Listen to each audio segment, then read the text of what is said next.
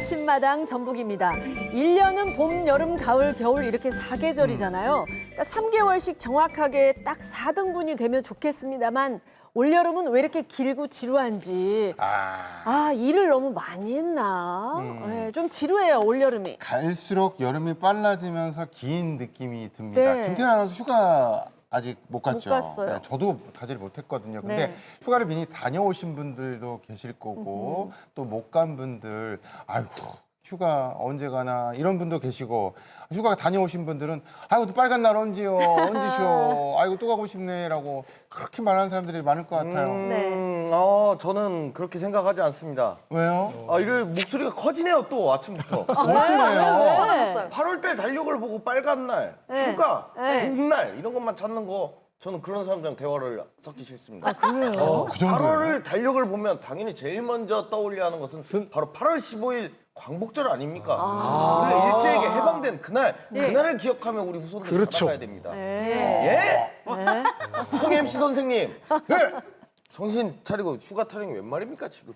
알겠습니다. 다음에 군밤 타령을 하도록 하겠습니다.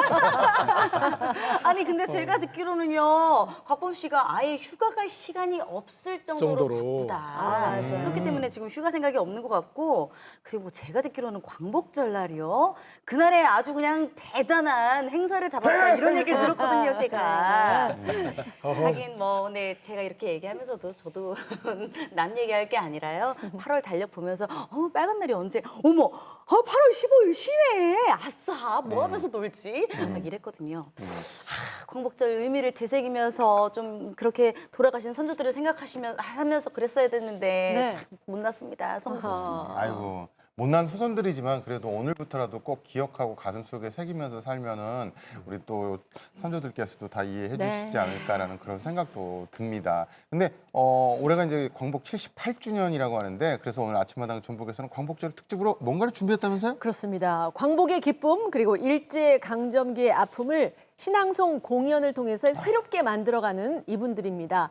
여원 공연 신앙송 연구회 회원들 나오셨습니다. 어서 오세요. 어서 오십시오.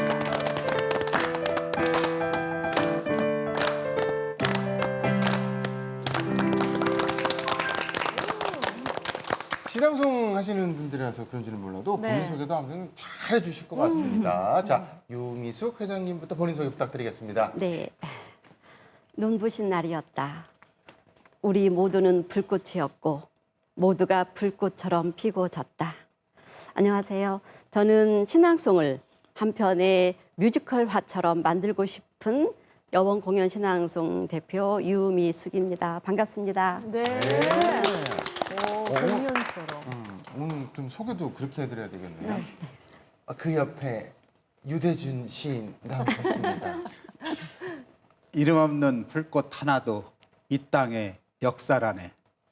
지금 공연 신앙송 연구회에서 공연 추진위원장을 맡고 있는 시인 유대준입니다.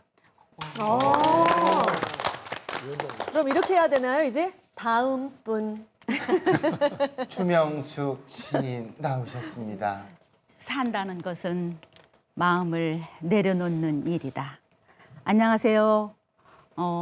신앙송을 통해서 우울증을 극복하고 행복을 찾은 여원 공연 신앙송 연구회원의 추명숙입니다. 오늘 반갑습니다. 네, 잘 나오셨습니다. 자, 이제 뒤쪽으로 가도록 하겠습니다. 최민현님. 여름 오면 겨울 있고 가을이면 여름 있고 그렇게 살라 한다. 신앙송 매력에 빠져서 10년째 신앙송을 하고 있는 최민여입니다. 반갑습니다.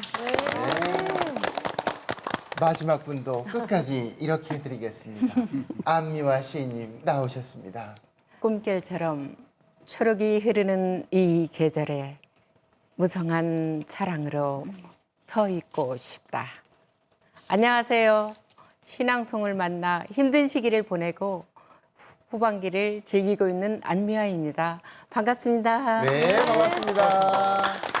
자기소개에서 멋진 시까지 이렇게 읊어주시니까 정말 시를 사랑하는 분들이 맞구나 하는 이런 생각이 들거든요.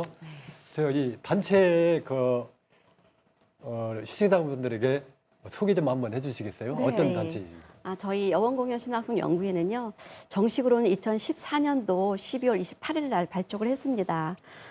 구성원은 전북대 평생교육원 공연 신앙송반 그 수강생들하고 전주 시민 독서학교 신앙송 수업하시는 분들, 그리고 또 시를 좋아하시는, 낭송을 좋아하시는 시인분들, 또 일반 시민들, 이렇게 해서 현재는 150여 분이 매달 정기적으로 한 달에 한 번씩 모여서 낭송회도 하고 1년에 정기 공연을 꼭 2회씩 하고 있는 그런 단체이고요. 지금은 이제 외부에서 공연을 의뢰받아서 전문 공연 단체로 활동을 하고 있습니다. 네. 근데 일반적으로 그냥 신앙송회 혹은 뭐 여원 신앙송회 이렇게 이름을 붙일 수도 있는데 네. 굳이 중간에 공연이라고 그러니까요. 집어넣으셨어요. 이유가 있나요? 예, 이제 공연이라는 말을 넣게 된 이유 중에 하나는 이제 예. 제가 처음에 신앙송을 하면서부터 느낀 것 중에도 하나가 들어가는데요. 보통 신앙송을 이제 낭송을 했을 때 한 편, 두 편, 세 편 정도 하면 많은 분들이 좀 지루해하세요. 재미없어 하시고. 예. 그러면서 느꼈던 것이 이분들을 지루해하지 않고 이 좋은 시를 들으면서 더 멋지게 낭송을 하실 수 있도록 붙잡아야겠다라는 생각 때문에 시를 그의 시에 맞는 다른 기타 문화예술과 생활문화예술 접목을 해서 뮤지컬처럼 만들었습니다. 그랬더니 너무나 반응이 좋고 지금은 그 공연이라고 하는 그 말이 전국에 많이 퍼져서 단체 이름도 공연이 들어가고 공연 또 신앙송처럼 많은 신앙송 공연을 그렇게 하고 있다는 걸 알고 있습니다. 그러니까 저 지역에서 이제 책을 만드는 일을 출판을 하고 있어서 네. 시집도 같이 만들고 있거든요. 그래서 시인들도 많이 뵙고 또 만나고 시낭송가들도 많이 알고 있는데 이렇게 150분 정도가 모여서 네. 오페라처럼 신앙송을 한다는 이런 공연 단체가 있는 거 처음 알았습니다. 정말 반갑고 좋은데요. 네. 매년 이때가 되면 광복절 이때가 되면 공연을 해오셨다는데 네네. 그 이야기를 좀 들려주시죠. 예, 저희가 광복절 경축 음악회를 한 것은 지금 올해로 3년째예요. 그런데 우연한 기회에 이제 광복회에서 저희 공연하는 걸 보시고 이런 공연이 광복절하고 연계가 돼서 하면 좋겠다라고 말씀을 하셨어요. 그래서 저희가 하기 시작을 했는데 광복에 관한 시, 애국시, 민족에 관한 시를 모두 모아서 저희가 한 편의 뮤지컬처럼 만들고 있습니다. 이게 그 공연 자체를 저도 이제 코미디 공연을 이렇게 만들고 지금 이제 또 준비를 하고 있는데 네. 신앙송만 가지고 2시간을 이렇게 채운다는 게 대단한 일인데 또 네. 자체적으로 또 광복절에는 자체적 콘서트를 또 여셨다고 하더라고요. 한 달에 한 번 세 번째 주 목요일 날 신앙송 콘서트를 하거든요. 작년에도 광복 77주년을 맞이해서 윤동주 시인님의 별 해는 밤, 오세영 시인님의 노래하리라와 같이 일제 강점기나 광복에 관한 애국시, 민족시 등을 선정해서 낭송을 하였는데요. 참 의미 있는 공연이었어요. 야, 진짜 보니까요. 그 의미 있는 무대를 실제로 저도 한번 보고 싶다 이런 생각이 들고요. 또 오늘 아주 특별히 그래서 이 광복절과 관련한 멋진 시와 공연을 준비하셨다고 하는데 어떤 시를 준비하셨는지 우리 최민현님께서 소개 네, 좀 다들 잘 아시겠지만 이상화 시인의 빼앗긴 들에도 봄은 오는가는 일제 감정기 그 나라를 빼앗긴 비극을 글로 표현한 시입니다. 오늘 신앙송과 기타 연주와 함께 준비해왔습니다. 네. 잘 들어주세요. 네. 아침마당 전복을 위해서 우리 회원 여러분들이 새벽같이 일어나셔서 또 지원 사격을 나와주셨습니다. 무대를 보셔서 그러면 멋진 공연 한번 보도록 하겠습니다. 박수 부탁드리겠습니다.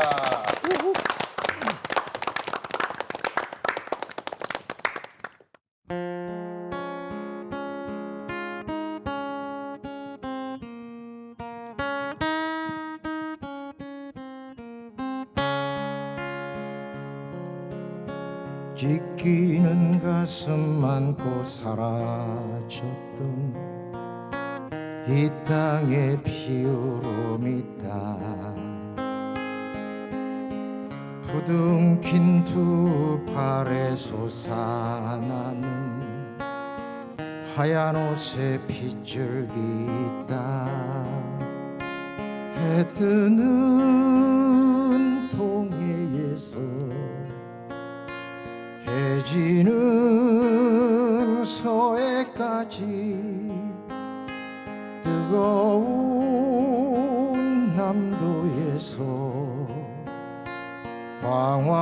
광활한 만주불판 우리 어찌 가난하리요 우리 어찌 주저하리요 다시 서는 저들 판에서 움켜쥔 뜨거운 흙이요 지금은 남의 땅 빼앗긴 들에도 봄은 오는가. 나는 온 몸에 햇살을 받고 푸른 하늘, 푸른 들이 맞붙은 곳으로 가르마 같은 논길을 따라 꿈속을 가듯 걸어만 간다. 입술을 담은 하늘아 들아 내 맘에는 나 혼자 온 것 같지를 않구나. 내가 끌었느냐 누가 부르더냐 답답어라 말을 해다오. 바람은 내 귀에 속삭이며 한 자욱도 섰지 마라 옷자락을 흔들고 종다리는 울타리 넘어 아씨같이 구름 뒤에서 반갑다 웃네. 고맙게 잘 자란 보리밭아 간밤 자정이 넘어 내리던 고운 비로 너는 3단 같은 머리를 감았구나. 내 머리조차 가뿐하다. 혼자라도 가쁘게나 가자. 마른 논을 안고 도는 착한 도랑이 젖먹이 달래는 노래를 하고 제 혼자 어깨춤만 추고 가네. 나비 제비야 깝치지 마라. 맨드라미 들막꽃에도 인사를 해야지. 아주까리 기름을 바르니가 지심 매던 그 들이라 다 보고 싶다. 내 손에 호미를 쥐어다오. 살진 젖가슴과 같은 부드러운 이 흙을 발목이 쉬도록 밟아도 보고 좋은 땀조차 흘리고 싶다. 강가에 나온 아이와 같이 짬도 모르고 끝도 없이 닿는 내 호나 무엇을 찾느냐 어디로 가느냐 우서없다 답을 하려무나. 나는 온 몸에 풋내를 띠고 푸른 웃음 푸른 서름이 어우러진 사이로 다리를 절며 하루를 걷는다. 아마도 봄 신령이 지폈나 보다. 그러나 지금은 들을 빼앗겨 봄조차 빼앗기겠네. 입술을 담은 하늘아 들아 내 맘에는 나 혼자 온 것 같지를 않구나. 내가 끌었느냐 누가 부르더냐 답답어라 말을 해다오. 나비 제비야 깝치지 마라. 맨드라미 들막꽃에도 인사를 해야지. 아주까리 기름을 바르니가 지심 매던 그 들이라 다 보고 싶다. 강가에 나온 아이와 같이 짬도 모르고 끝도 없이 닿는 내 호나 무엇을 찾느냐 어디로 가느냐 우서없다 답을 하려무나.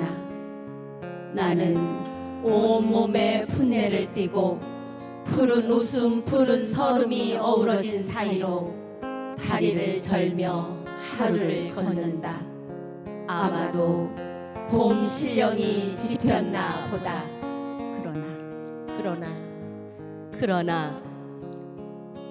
그러나 지금은 들을 빼앗겨 봄조차 빼앗기겠네.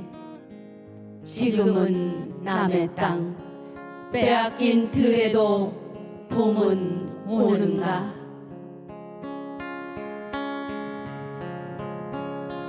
해 뜨는 동해에서 해 펴지는 서해까지 뜨거운 남도에서 광활한 만주벌판 우리 어찌 가난하리요 우리 어찌 주저하리요 다시 서는 저들판에서 움켜진 뜨거운 흙이요 움켜진 뜨거운 흙이요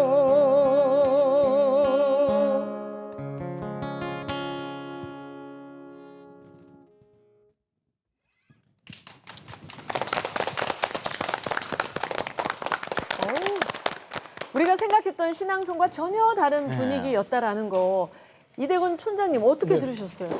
아, 네. 정말 다르게 느껴지네요. 네. 이 시 이상화 시인의 빼앗긴 들에도 봄은 오는가. 정말 일제 강점기 대표적인 저항시인데요. 그냥 시만 듣는 게 아니고 그냥 누군가 한 사람의 목소리를 듣는 게 아니고 함께 신앙송을 하는데 거기에 기타 반주와 또 이 시와 어울리는 노래가 정말 멋지게 어울려져서 제가 정말 그 빼앗긴 들 안에 가르마 같은 논길 안에 서 있는 느낌이 들어서 너무 감동적이었어요. 네. 저도 이렇게 딱 시를 들으면서 너무 감동적이었는데 더 감동적인 거는 네. 곽범 씨가 저 자리 가운데 껴서 하면 딱 맞겠더라고요. 오늘 의상도 거의 컨셉이 같았어요. 그러네요. 시스루? 맞췄군요. 공유를 했습니다. 네. 우리 회원님들이랑 시스루를 입고 오시려고 하셨어요? 실수로 입고 왔습니다. 아, 실수로? 그래, 알겠습니다. 그랬네요. 예. 네. 자, 곽범 씨가 시스루든 실수로든 아무튼 컨셉이 너무 그게 맞았다는 말씀드리고요. 네, 네. 아, 근데 그 성악가들이 하는 거는 이렇게 뭐 저희가 많이 봤는데 네. 시를 그러나 이렇게 하면서 하시는 거 처음 봤거든요. 근데 최민영 우리 회원님 네. 그게 외우기를 잘하세요? 어렸을 때부터? 아니, 저 외우기는 잘 못하는데요. 네. 저는 처음에 이렇게 시를 받으면 한 10번 정도를 계속 반복해서 읽어봅니다. 그리고 이제 머릿속으로 그 내용을 그림을 그려요. 그리고 나서 이제 어느 정도 정리가 되면 A4 용지 4장을 갖다가 그 시를 다 적습니다. 그리고 한 장은 싱크대에, 또 한 장은 침대 머리맡에, 네. 또 한 장은 그 일하는 일터에, 또 한 장은 호주머니에 넣고 다니면서 네, 수시로 읽다 보면 어느 정도 2, 3일이면 다 외워지더라고요. 대단하시네요. 정말 대단하시네요. 자, 신앙송 수업을 하셨다고 하니까 저도 수강생처럼 한번 질문을 한번 드릴게요. 저도 그렇고 일반인들은 이 신앙송을 잘 모르거든요. 그리고 특히 신앙송하고 시 낭독하고의 차이를 잘 못 느끼겠던데 어떻게 좀 쉽게 설명 좀 해주실 수 있을까요? 저 이민숙 그 부장님. 시 낭독은 이제 미처 못 외워서 보고 읽으시는 것. 아, 예. 그다음에 낭송은 외워서 하시는 방법이 시 낭송입니다. 예, 간단해요. 그렇게. 예. 근데 공연 신앙송이라는 장르를 개척하기까지 어떤 오해를 처음에는 많이 받으셨다는데 오해와 편견이란 게 뭐였어요? 네, 글쎄요. 오해와 편견이라고 하기보다는 신앙송을 했을 때 많은 분들이 재미없다고 하세요. 재미없다. 예, 공연 좀 오세요. 그러면 지루해요. 안 가요. 많이 봤어요. 이게 대부분 듣는 이야기거든요. 그럴 수 있죠. 그런데 이제 그런 방법을 좀 해소해보자.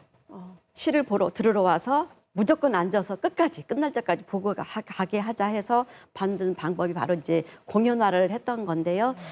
공연을 하면서 시에 맞는 생활문화예술, 심지어는 이제 다듬이. 아마 많이들 아실 거예요. 완주에 그 창포마을에 다듬이단이 있어요. 네. 그 다듬이단까지도 모셔서 무대에서 같이 이렇게 신앙송의 반주를 맞춰서 할 수 있도록 하는 거고요. 지게 소리 같은 거, 상여 소리 이런 생활문화예술하고 성악, 비보이, 그다음에 랩 이런 문화하고도 같이 시하고 엮어서 한 편의 뮤지컬화 했습니다. 그래서 오시는 분들 절대 안 움직이십니다. 끝날 때까지 저희가 2시간을 하는데요. 2시가 끝날 때까지 계세요. 네. 아하. 그리고 전국에서도 많이 보러 들어오시고요. 그러니까. 그러니까 신앙송은 그냥 시 외워서 하는 거 아니야라고 생각하셨다가 네. 이분들의 그런 복합적인 공연까지 보면서 다르다. 네, 오해와 편견이 좀 네, 풀어졌겠네요. 근데 그거를 주장하신 분이 네. 그냥 신앙송만 하면 될 거를 공연 신앙송으로 하시자는 제안을 했던 분이 유대진 씨이시라고요? 네. 아까도 이제 유 교수님이 말씀했듯이 어떤 시의 기존의 시는 신앙송 위주의 공연이었어요. 행사였다고 봐야죠. 근데 그것을 깨트려야만이 이 앞으로 새로운 대중문화가 탄생하겠다. 지금 신앙송만 가지고는 대중문화로서 발전할 수 있는 그런 계기가 될 수가 없겠다라는 생각을 했어요. 네. 근데 그것을 같이 이제 우리 유 교수님하고 오랜 기간 상의하면서 우리 이렇게 공연화 시켜보자. 근데 우리 유 교수님 너무나 연출을 잘하는 거예요. 연출을 잘하고 아무튼 저희 공연을 보러 왔을 때 아무튼 그 몰입도가 엄청나게 크다는 이런 것들도 느꼈고 그다음에 중요한 것은 제가 또 이제 공연 신앙송을 주장했던 것 중에 하나가 지금 저희가 전북에 많은 시인들이 있어요. 시인들이 무명 시인들이 많이 있는데 낭송을 그 행사에 가보면은 주로 유명한 시인들의 낭송을 많이 해요. 그렇죠. 예. 근데 그 위주로 이렇게 낭송을 하다 보면 그만큼 또 저희 지역 시인들은 외면당하고 있거든요. 그래서 우리가 지역 시인의 시를 찾아서 공연 신앙송을 한번 올려보자. 그러면 어떤 효과가 있을 것인가에 대해서 미리 예측도 하고 상의도 하면서 그랬더니 막상 지역 시인들의 시를 공연에 올리니까 지역 시인들이 엄청 행복해하고 그다음에 공연장에서 공연을 하기 때문에요. 주위에 있는 지인들을 또 관객으로 모셔와요. 예. 그다음에 또 어떤 무명 작가이지만 작가를 어떤 소개하는 어떤 계기가 되고 또 여원 공연 신앙송을 또 홍보할 수 있는 기회도. 그렇죠. 그래서 일석삼조 어떤 그런 효과를 누릴 수 있겠다라는 그런 생각으로 많이 오랫동안 협의하면서 이 공연이라는 것을 시작했습니다. 네. 정말 좋은 의견이셨어요. 거기다 이제 플러스로 그 트로트도 같이 좀 겸비하면 너무 좋을 것 같아요. 합니다. 해요? 예. 저도 좀 준비를 할까? 네. 아니 근데 뭐 공연을 하면은요, 저도 이제 다른 가수들의 노래를 하거든요. 근데 남의 가수 노래다 보니까 아무래도 좀 가사 외우기가 힘들어가지고 많이 잘 외운다고 하더라도 까먹어가지고 막 방송 실수를 한 적이 굉장히 많아요. 그러다 보면 노래의 맛을 놓칠 때가 많거든요. 그런데 이 시의 맛을 살리는 신앙송을 잘하는 어떤 비결도 따로 있을 것 같아요, 회장님. 네, 잘하는 비결. 일단 가장 첫 번째가 많이 읽어보시는 거라고 저는 생각을 합니다. 예, 주위에 있는 많은 시집이 있으실 거예요. 그것을 많이 읽어보시면 입에 단어도 배고 해서 좀 더 잘할 수 있는 방법의 첫 번째 지름길입니다. 근데 많이 안 읽으시잖아요, 요즘에. 네. 정확한 발음도 중요하지 않을까요? 가장 중요할 수 있습니다. 네. 그렇군요. 네, 저희 한국어이기 때문에 네. 한국어는 기본적으로 자음과 모음으로 이루어져 있거든요. 근데 대부분의 요즘에 청소년들도 그렇고 어른들도 그렇고 말을 묻혀서 보내세요. 네. 그래서 한음 정확하게 발음해 주시는 것, 그다음에 모음 발음을 잘해 주시는 것. 자, 그러면 아침마당 전북 신앙송 교실을 열어보는 건 어떨까요? 괜찮겠죠? 예. 네. 자, 그래서 그러면 오늘은 광복절 기획이니까 네. 나라의 독립을 염원한 시문 시인의 그날이 오면 이 시를 함께 배워보도록 하겠습니다. 우리 패널들이 낭송도 한 번씩 해보고요. 그러면 유미식 회장님이 수업 진행 좀 해주시죠. 아, 네. 자, 수업하겠습니다. 준비되셨나요? 네. 예, 신문시인의 그날이 오면은 신문시인이 광복이라고 하는 해방이라고 하는 소리를 너무나 듣고 싶어 한 그런 내용을 담은 시입니다. 그런 마음으로 한번 해보도록 하겠습니다. 제가 먼저 한 연을 해보겠습니다. 그날이 오면 시문, 그날이 오면은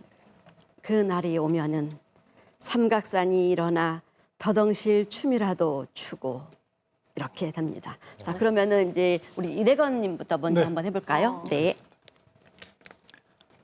한강물이 뒤집혀 용솟음칠 그날이 이 목숨이 끊기기 전에 와 주기만 할 양이면 나는 밤하늘에 나는 까마귀와 같이 종로의 인경을 머리로 들이받아 울리오리다. 네, 잘하셨습니다. 근데 이제 하나만 지적해 드릴까요? 네. 한량임에서 한량이면이 아니라 한량이면이에요. 예, 하는 양이면 요건데 한량인데 한량이로 가시면은 다른 의미의 네, 전화. 한량이 되는 다음 우리 이지호님 부탁드릴까요? 네. 아, 에, 이, 오, 우. 두개골은 깨어져 산산조각이 나도 기뻐서 죽사옴에 오히려 무슨 한이 남으오리까. 그날이 와서 오 그날이 와서 육주 앞 넓은 길 울며 뛰며 뒹굴어도. 잘하셨습니다. 자, 이조님도 한 가지만 중간에 보면 무슨 한이라는 말이 있는데 무슨에서 무슨 한 무슨의 이 이미지가 중요하거든요. 그런데 우모음은 위아래 입자 쭉 넣으셔야 돼요. 무슨이거든요. 무슨. 자, 다음 우리 곽범님. 네. 네. 뚫어지게 쳐다보고 있네요. 그래도 넘치는 기쁨에 가슴이 미어질 듯 하거든. 드는 칼로 이 몸의 가죽이라도 벗겨서 커다란 북을 만들어 들쳐매고는 여러분의 행렬에 앞장을 서오리다. 네, 잘하셨습니다. 어휴, 멋있으셨어요. 네. 저희 무대 같이 하고 싶을 정도로. 자, 여러분의 행렬에 앞장을 선다라는 그 비장한 얘기인데 이 부분이 너무나 약간의 유연하게 나갔죠. 자, 이 부분만 여러분의 행렬에 앞장을 서오리다라고 좀 힘줘서 해주시면 좋을 것 같습니다. 네. 우리 서민수님. 네, 저도. 우렁찬 그 소리를 한 번이라도 듣기만 하면 그 자리에 거꾸러져도 눈을 감겠소이다. 네, 감사합니다. 그 거꾸로 져도라는 말이 있는데 그냥 그게 거꾸러졌다라는 말은 위에 살을 푹 떨어진 얘기였거든요. 그런데 그냥 그 부분이 부드럽게 거꾸로 져도 이렇게 나갔죠. 자, 그 부분만 주의해 주시면 너무 좋은 낭송이 되실 것 같습니다. 수고하셨습니다. 잘하셨어요. 예. 네, 이제 중간중간 살짝 평가는 해주셨습니다만 네. 이제 최종 과연 어떤 분이 네. 제일 잘하셨는지 그것도 네, 궁금하네요. 궁금하네요. 그러니까요, 우리 곽범님 제일 잘하신 것 같습니다. 앞장을 서오리다. 자화자찬 같아서 제가 이런 말씀까지는 드리지 않으려고 하였사오나 저희 아침마당 식구들이 뭐든지 시키면 다 잘아옵니다. 그렇사옵니까? 그렇지 아니하옵니까? 그렇습니다, 그렇습니다. 아, 근데 그 요령도 듣고 또 지적받고 하니까 우리도 해보고 싶다 이런 마음이 들겠고요. 회장님은 처음에 어떻게 신앙송 시작하셨어요? 네. 저는 처음에 그냥 취미로 문학을 좋아해서 시를 자주 읽기만 했었는데요. 네. 어느 날 우연히 아는 지인이 신앙송 대회를 나간다고 해서 그러면 저도 한 편 외우는 게 있으니까 나도 따라가 보겠다 경험 삼아서 해서 갔는데 그곳에서 제가 한 번도 이렇게 무대에 서보지도 않았는데 1등을 했습니다. 1등을 했는데 정말 의외였어요. 그래서 1등을 해서 이제 상을 받을 때 황수론 선생님 아들 황동규 시인님께서 상을 주시면서 귓속말로 님의 침묵이라는 시를 낭송했는데 그 시가 낭송대에서 가장 많이 낭송되는 시예요. 근데 지금까지 들어본 그 님의 침묵 중에서 가장 감동적이었다고 말씀하셨어요. 아마 그게 자극이 되지 않았을까. 네, 그래서 좀 의아했지만 제가 돌아오는 게 생각을 해보니까 왜 내가 1등을 했을까. 그런데 아마 저의 시의 분석력, 시를 이해하는 것, 또 시의 감성이 좀 다른 분보다 조금 빠르지 않았나. 그래서 님의 침묵의 해석을 좀 다르게 했던 부분이 아마 인정을 받았던 것 같습니다. 네. 잘 될 사람은 어떻게든 잘 된다고 친구 따라서 갔다가 1등을 한 건데 네. 뭐든 잘하시는 것 같아요. 본인 자랑도 이렇게 중간중간 표현력 있게 맞아요. 표현력 있게 본인 낭독을 해주셨거든요. 저한테 그랬어요. 그러면 이제 그 이후에 바로 시 낭송가로 활동을 하신 건가요? 아니 그러진 않았고요. 그냥 계속 취미로 같이 이제 그 신앙송 대회 나가서 상을 타신 분들하고 동아리로 어울리다가 제가 이제 그 2012년도에까지 광주 보건대학에 근무를 했어요. 그때 이제 학생들을 지도를 하는데 제가 관광 1학과에 소속이 되어 있었는데 저희 관광 1학과가 폐과가 되는 거예요. 그래서 폐과를 하고 다른 과로 이제 전속이 돼야 되는데 할까 말까 다 그만두고 이제 사회로 나왔는데 상당히 열심히 제가 생활을 했었거든요. 사회에 나왔는데 아무것도 할 줄 아는 게 없을 거예요. 아마 지금으로 보는 이제 명퇴인데 많은 명퇴자분들도 아마 같은 생각을 하실 거예요. 사회에 나왔는데 아무것도 할 게 없는 그런 와중에 이제 신앙송을 좀 더 깊이 하다 보니까 지도를 해주면 좋겠다 해서 이렇게 이제 활동을 하기 시작이 됐습니다. 그 신앙송 교육도 이렇게 하시고 많은 제자들을 배출하셨잖아요. 네. 그런데 오늘 이렇게 나오신 분들도 또 제자분들이시고, 네. 근데 그 유미숙 우리 회장님 덕분에 네. 나의 목숨을 살렸다 하시는 분이 계시는데 어떤 분이세요? 네. 아, 예, 추명숙 회장님. 제가 한 10년 전 한 50대 중반쯤 갱년기가 오고 우울증도 굉장히 심하게 왔어요. 네. 너무 심해서 가족들이 많이 있는데도 항상 머릿속에는 이게 극단적인 선택을 할 수 있는 그 생각만 머릿속에 가득 찼어요. 그래서 너무 힘들고 너무 힘든 나날을 이렇게 보내다가 우연히 이렇게 우두커니 혼자 앉아 있는데 내 안에 있는 내가 나 자신에게 신앙송이라는 세 글자를 제 귀에다 던져줬어요. 그래서 그래 신앙송을 한번 찾아보자. 그래 바로 이거야. 제가 이제 그런 생각을 하면서 이제 막 뭔가 이렇게 정보지를 찾았어요. 찾으니까 평생교육원에 신앙송 수업하는 반이 있었어요. 그래서 바로 등록을 하고 이제 가서 만난 분이 바로 우리 윤미숙 교수님을 만나서 이렇게 10년 넘게 신앙송을 배우면서 진짜 새로운 제2의 인생을 걷고 있습니다. 네. 아니 아직까지 살짝 긴장은 하고 계시지만 언제 그렇게 극단적인 선택을 막 이렇게 생각하셨던 분 전혀 같지 않거든요 지금. 아, 그래요? 네, 너무 밝고 또 자신감 있게 하시는데 네. 이제 다 나으신 거죠? 다 나았어요. 네. 처음에 낭송을 배울 때는 제 마음속에 항상 슬픔이 가득 차 있었어요. 그래서 낭송하면서 많이 울었어요. 시를 읽으면서. 네. 읽으면서 많이 울고. 근데 이제 그것이 다 치유가 되고 하나씩 벗겨지고 하다 보니까 가족들도 너무 좋아하고.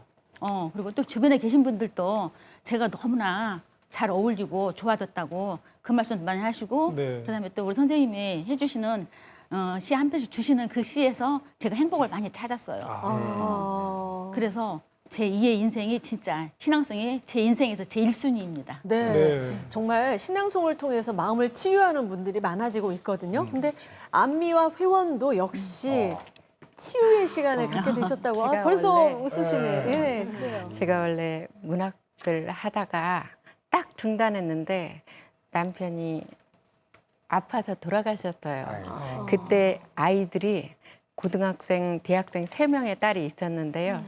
저는 그때부터 완벽한 가장이 되었어요. 그래서 돈을 벌어야 하기 때문에 밤낮을 가리지 않고 돈을 벌면서 사업을 하다 보니까 막 가슴이 각박해지더라고요. 내가 글을 써야 되는데 글은 안 쓰고 노예처럼 일만 하다가 진짜 이러다 죽겠다는 생각이 들었어요. 그러던 중에 아는 분이 유미숙 교수님의 신앙송 수업을 추천해 주셨거든요. 근데 처음에 신앙송 수업을 듣고 가슴이 진짜 벌렁벌렁 두근거렸어요. 정말 제가 갈망하던 거였기 때문에 시를 접하게 되니까 두근거리더라고요.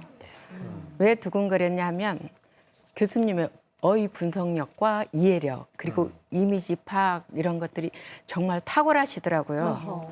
그래서 그때 감동받아서 지금까지 즐기면서 하고 있고요. 남편을 떠나보내고 혼자 아이들 키웠던 애환이 해소되었어요. 어떤 그런 사별의 아픔까지 극복하시고 또 몸도 건강해지시고 정신도 건강해지셨을 것 같은데 어떤 점이 가장 좋으셨어요? 제가 사고로 청력이 나빠지다 보니까 발음이 좀 안 좋아진 부분이 있었거든요. 근데 교수님 강의 들으면서 발음도 교정되고 기억력도 좋아지고 마이크만 잡으면 덜덜 떨었어요. 그런데 무대 공포증도 많이 없어지고 자신감도 생기더라고요. 그럼 저희가 시당송을 안 들어볼 수가 없는데 어떤 시를 들려주실 건가요? 문정인 시인님의 찔레라는 시인데요. 찔레꽃을 통해 사랑의 아픔을 노래한 시인데 잘 들어주세요. 네. 안미와 회원의 네. 찔레 청해 듣겠습니다. 네, 무대로 모시겠습니다.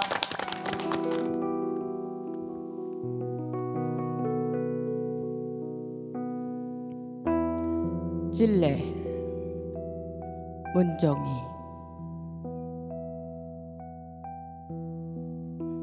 꿈결처럼 초록이 흐르는 이 계절에 그리운 가슴 가만히 열어 한 그루 찔레로 서 있고 싶다.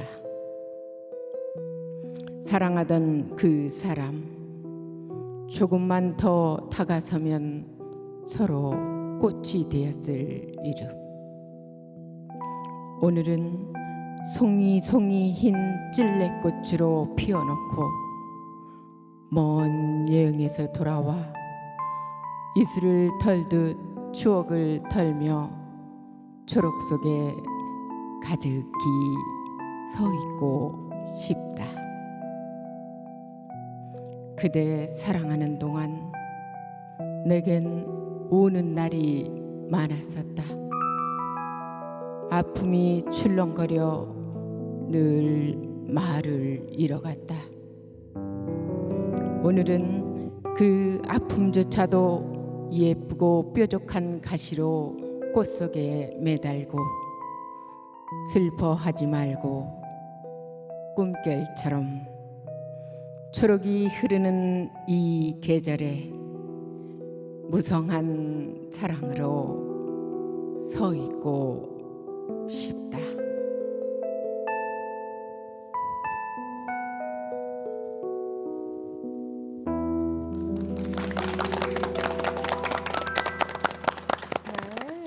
신앙송을 들으니까 저도 이렇게 하고 싶어요. 하고 싶죠. 네. 빼앗긴 들에도 봄은 오는가.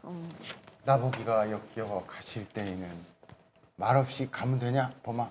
네, 그대로 쭉 나가시면 됩니다. 왼쪽이에요? 오른쪽이에요? 내리면? 아니 그냥 밟기 편한 곳으로 가시면 돼요. 네.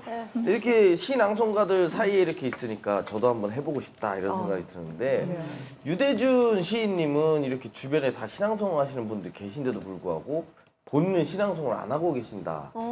예. 제보를 받았습니다. 예. 왜요? 첫째는 시 낭송을 잘 못해서 이제 그렇고요. 이제 두 번째는 이제 제 개인적인 생각인데요. 제가 어려서 그 시골에 가면 우물이라는 게 있잖아요. 우물. 네. 어떤 천재지변이 일어나지 않는 한, 가뭄이나 장마가 오지 않는 한 항상 그 수위는 일정했었던 것 같아요. 그 물을 퍼내야만이 다시 또 채워지는 어떤 그런 것들. 또 인간도 그와 같지 않을까. 그래서 제가 낭송을 한다고 시를 계속 외우고 그러다 보면 저도 모르게 어떤 그 시들을 인용해서 표절하지 않을까 하는 어떤 두려움도 있고요.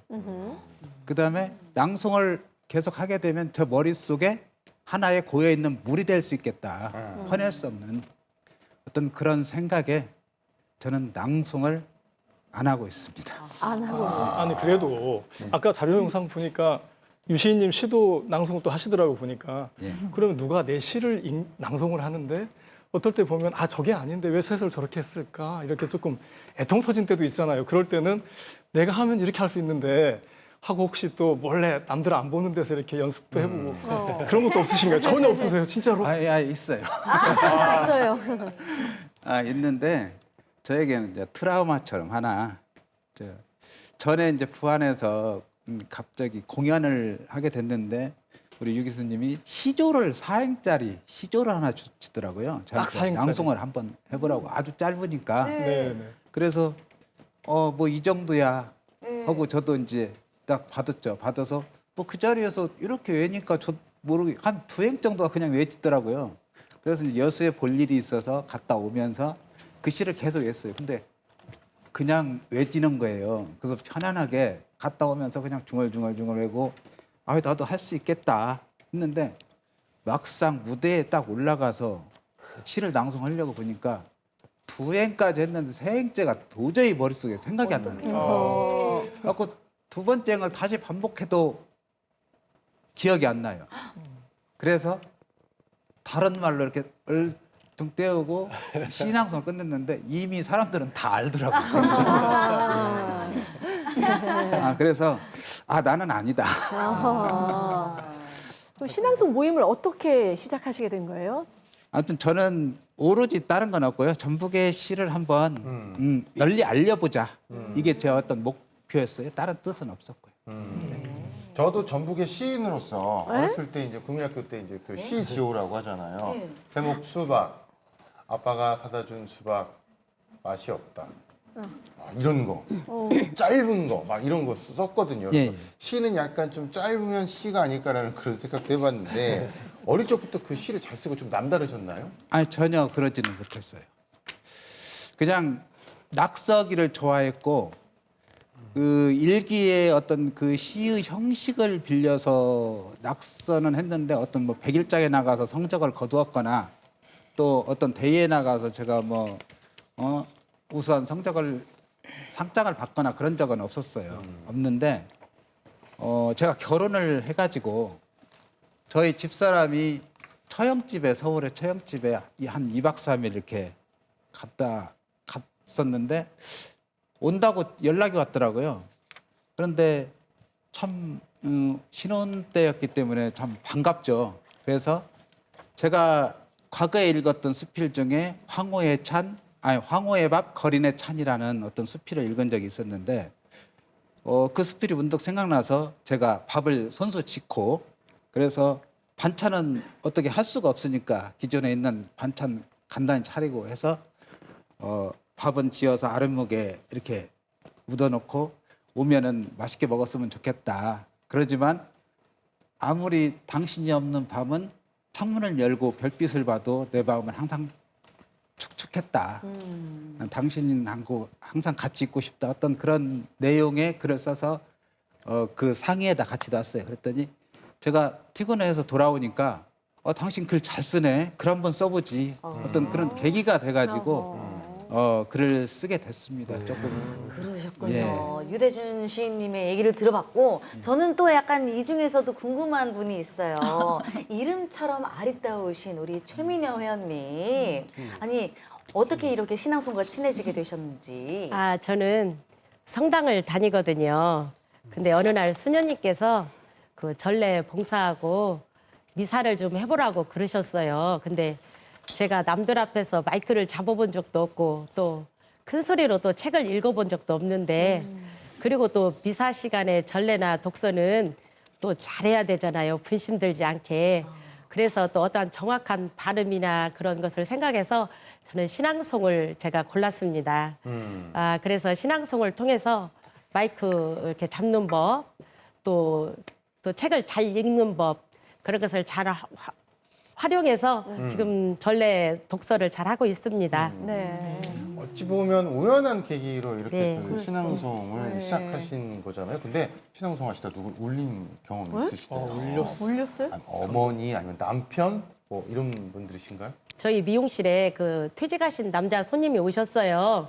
근데 그날따라 왠지 그 선생님의 모습이 초췌해 보이고 좀 그러는 거예요. 그래서 제가 머리를 자르다 말고 선생님 제가 신앙송 배웠는데 신앙송 하나 해드릴까요? 그랬더니 그 선생님이 하시는 말씀이 좋지요. 그래요. 그래서 제가 그 정호승 시인의 수선화에게라는 시를 낭송해드렸어요. 근데 그 시가 끝나면 다른 분들은 이렇게 박수를 대충 치잖아요. 근데 그 선생님은 아무 말씀이 없으신 거예요. 그래서 어쩌다 이렇게 얼굴을 보니까 눈물을 주르르 흘리고 이렇게 울고 계셨어요. 그래서 왜 이렇게 울고 계시냐고 그랬더니 그 시가 자기 마음을 말하는 것 같아서 감동이 온다고 그러셨어요. 네. 이걸 다 지도해 주시고 또 발전시켜 주신 유미숙 회장 입장에서는 이제 말씀 들으면 참 보람 되시겠어요. 네. 그래서 또 이 시간에 특별한 시 준비하셨다고 하는데 어떤 거 전해 주실까요? 이제 오늘 저녁에 네. 공연할 그 추모 헌시가 있습니다. 그래서 이제 저희 지역 시인인 송희 시인이 쓰신 시인데요. 그 시를 한번 낭독으로 해드리면 좋겠습니다. 무대로 모셔서 네. 한번 들어보도록 하겠습니다.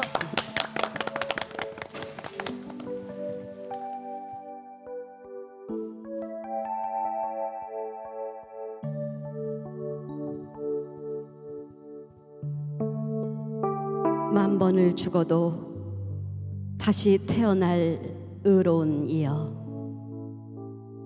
송희 오늘도 다시 해가 뜹니다.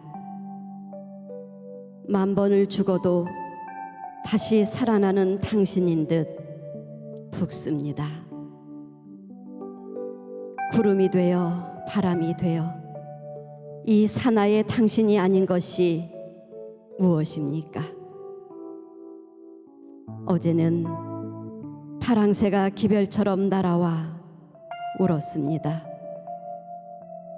들이며 산 골골마다 당신의 피멍이 번진 단풍이 북디 북습니다. 불운한 시대의 목숨을 불쏘시개로 내던진 님이시여, 나라의 울분을 우리의 고통을 짊어지고 얼음산에 묻히신 임이시여, 당신이 흘린 피가 저토록 푸른 산화가 되어 흐르고 있습니다.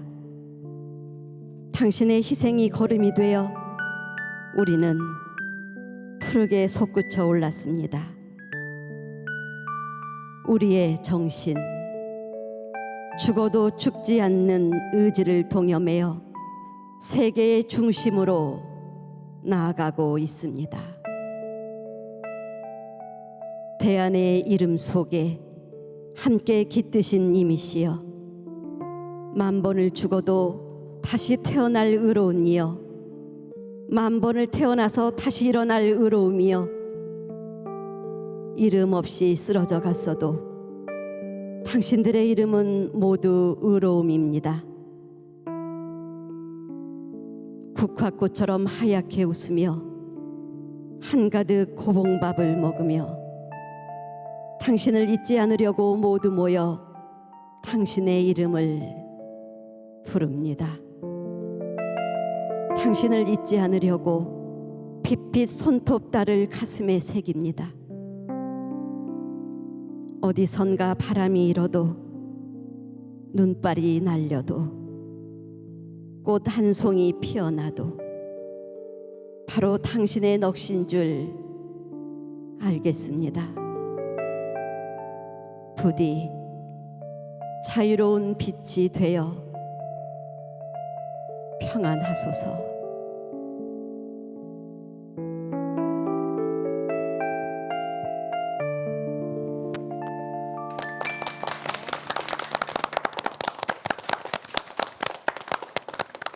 아침마당 전북, 오늘은 신앙송을 통해서 우리의 마음을 치유해주고 또 우리 지역의 시를 널리 알리는 여원 공연 신앙송 연구회 회원들과 함께하고 있습니다. 아침을 시로 함께하고 있는데요. 이 시가 그런 것 같아요. 김찬아 아나운서. 마음이 네. 참 편안해지고 맞아요. 차분해지면서도 경건해지고 그런 것 같아요. 그러다 보면 또 팬층이 또 이렇게 확보가 될 텐데 이 신앙송으로 인해서 많은 분들이 감동을 받으시고 또 들어오셨을 텐데 자랑 좀 해주시죠. 서울에서 온 디자이너 부부가 있으세요. 그런데 매번 공연 때마다 서울에서 KTX 타고 내려오셔서 봐주시고 또 오실 때 의상을 만들어 가지고 오십니다.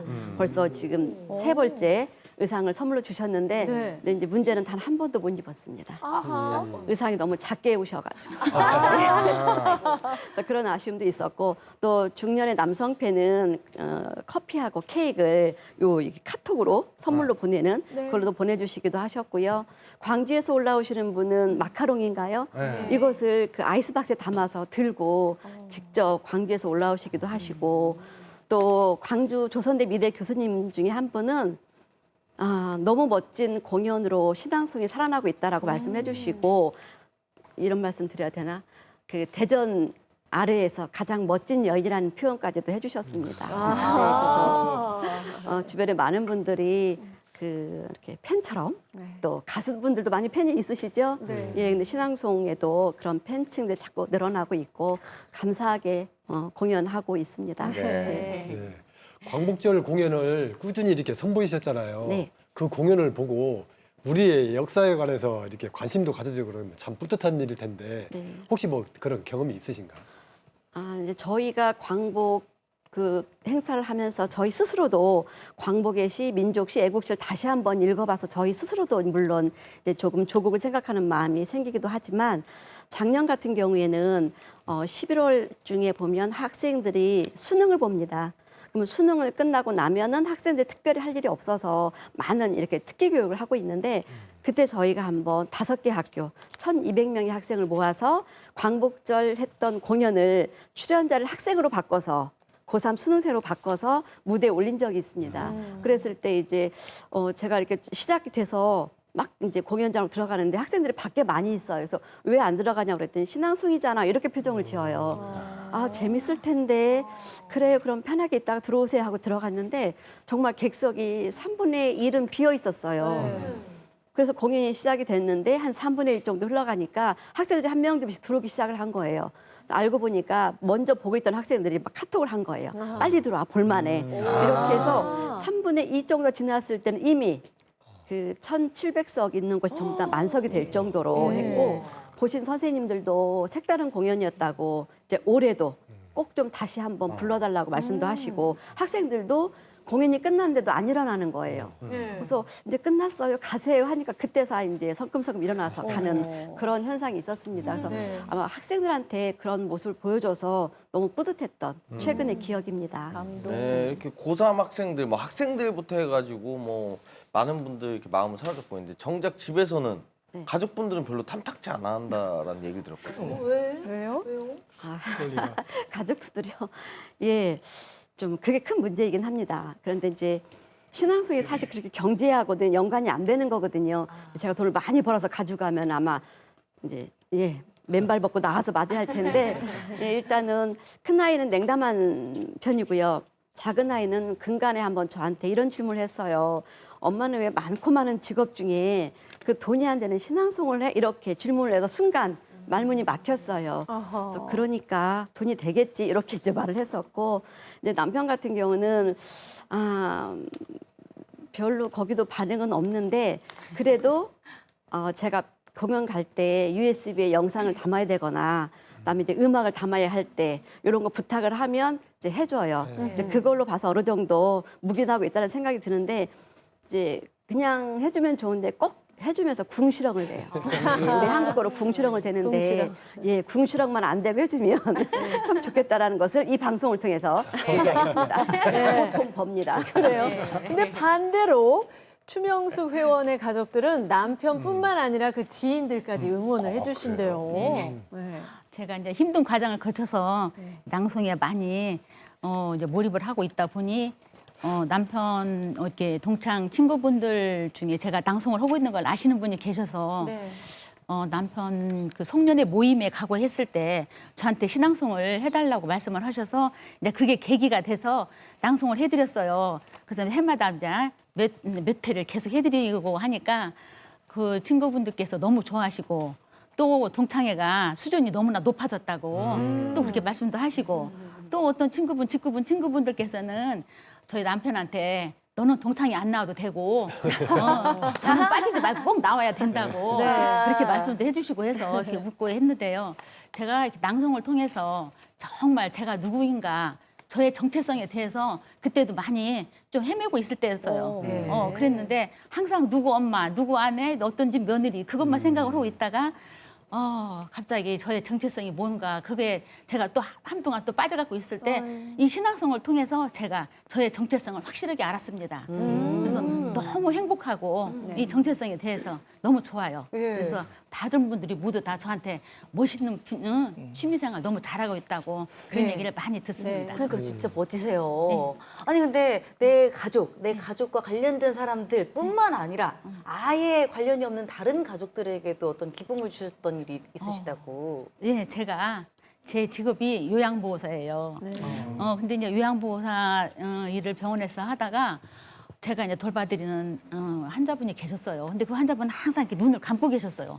눈을 뜨지를 않으세요. 그런데 그분 따님이 언제는 하루는 오셔서 저보고 우리 엄마한테 시를 한 편 좀 읽어달라고 저한테 말씀을 하시더라고요. 그래서 제가 알았다고. 그래서 제가 그때 문정희 씨 찔레를 문정희 씨 비망록을 낭송을 해드렸어요.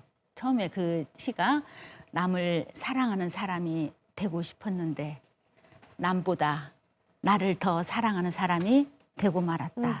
이제 그런 시로 시작을 하는 그 시를 낭송을 해드렸더니 할머니가 갑자기 막 눈을 번쩍 뜨시는 거예요. 그래서 너무 깜짝 놀랐어요. 그래서 어머, 이게 막 그 따님도 깜짝 놀래고 그러다가 이제 그 할머니께서 이제 얼마 있다 돌아가셨어요.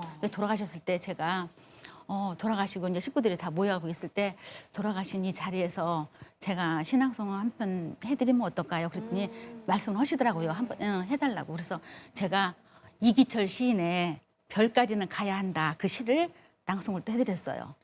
그 시는 우리 삶이 먼 여정일지라도 걷고 걸어 마침내 하늘까지는 가야 한다. 야 그런 시로 시작하는 시였어요. 식구들이 너무 다 좋아하시고 손주는 저한테 와서 무슨 시예요? 누구 시예요? 막 저한테 막 물어보고 그렇게 했던 그런 기억이 있어서 오래오래 남는 그런 기억이에요. 네.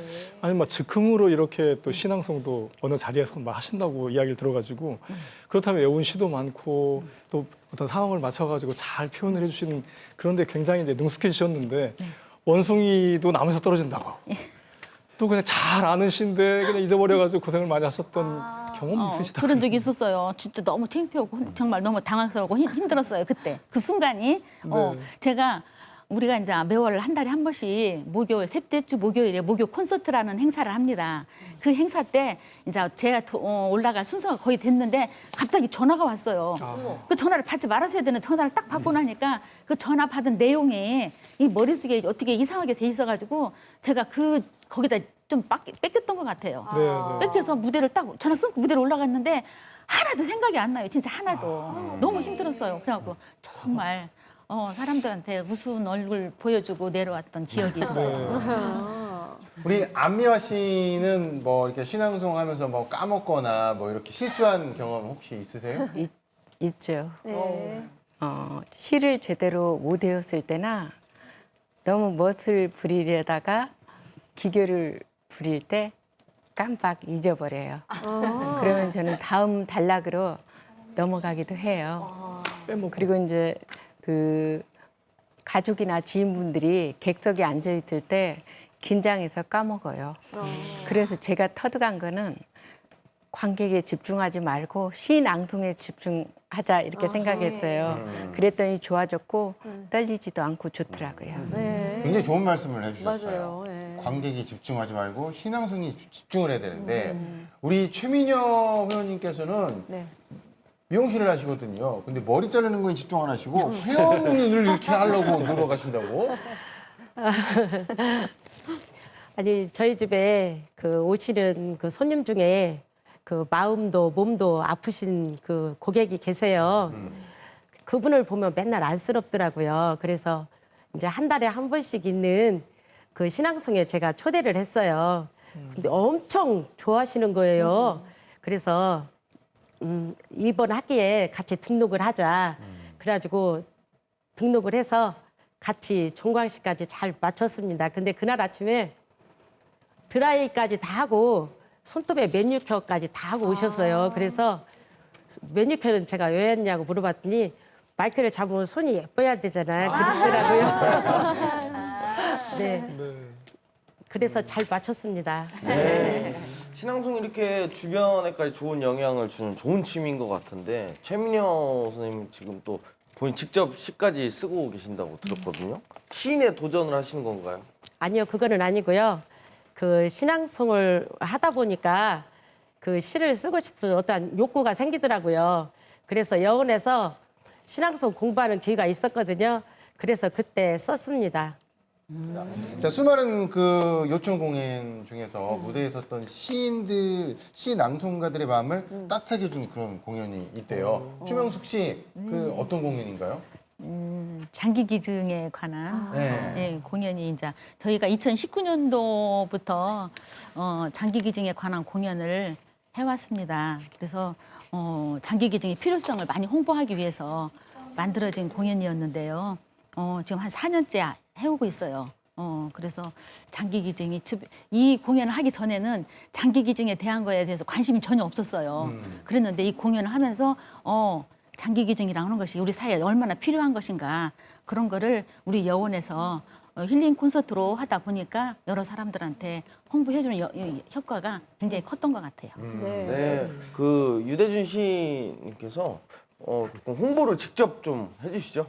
오늘 예. 오늘 저녁 밤 7시에 구 학생회관 네. 예. 그래서 저희 공연이 있습니다. 광복회 78주년 공연이 있습니다. 많이 참석해 주시면 감사하겠고요. 자료 좀 채워주십시오. 감사합니다. 네. 자, 시처럼 멋진 인생을 살고 계시는 이 아름다운 분들에게 드릴 오늘의 책, 촌장님 어떤 책인가요? 네, 오늘은 신앙송의 쓸모가 이렇게 멋들어지게 또 보여줄 수 있구나라고 하는 것을 잘 저희한테 주셔가지고 역사의 쓸모라는 최태성 작가의 책을 가지고 나왔습니다. 최태성 작가는 굉장히 많이 알려져 있는 역사 일타 강사거든요. 근데 이 양반의 책을 또 많이 못 읽으셨더라고요. 그래서 역사의 쓸모 이 책은 마침 또 광복절을 맞이해서 우리 그 신앙송을 오페라 형식으로 멋들어지게 공연을 또 준비하신다고 해서 또 오늘 신앙송이 어떻게 사람들의 심금을 잘 울리는가 이런 말씀 너무 잘 들어가지고 역사가 과연 우리에게 지나간 과거의 것만이 아니라 지금 현재를 어떻게 풍성하게 살게 해줄까, 그리고 앞으로 미래는 또 어떻게 우리가 어떤 길잡이를 삼아서 갈까, 이런 이야기를 인물에 대해서 또 어떤 사건에 대해서 또 관계에서 풀어주고 있는 정말 멋진 책입니다. 이 책은 앞으로도 계속 좋은 공연 해주시라고 우리 회장님께 드리도록 하겠습니다. 네. 알겠습니다. 네. 요즘 밖을 나가면 덥고 또 사람들 많고 북적북적 하거든요. 그러니까 안에서 차분하게 이렇게 신앙송의 멋을 여러분도 느껴보시면 어떨까 싶고요. 광복절 공연 오늘 저녁 7시 성공적으로 치르시기 바랍니다. 고맙습니다. 고맙습니다. 신앙송으로 시작한 금요일 아침마당 전북이었습니다. 마음이 차분해지면서 평온해지는 그런 느낌 받으셨을 텐데요. 예전에 그 암기하셨던 마음에 두셨던 시 한번 꺼내셔서 낭송해 보시는 것도 좋을 것 같습니다. 이왕이면 광복절이 가까워졌으니까 애국시 한 편 추천해 드립니다. 다음 주 화요일인데요. 태극기 개양 아파트 곳곳에 걸려 있어야 되는데 그렇지 않더라고요. 다음 주 화요일에는 태극기 개양 잊지 마시고요. 네. 저희는 다음 주에 더 행복한 소식 가지고 여러분 찾아뵙도록 하겠습니다. 시청해 주신 여러분 고맙습니다. 고맙습니다.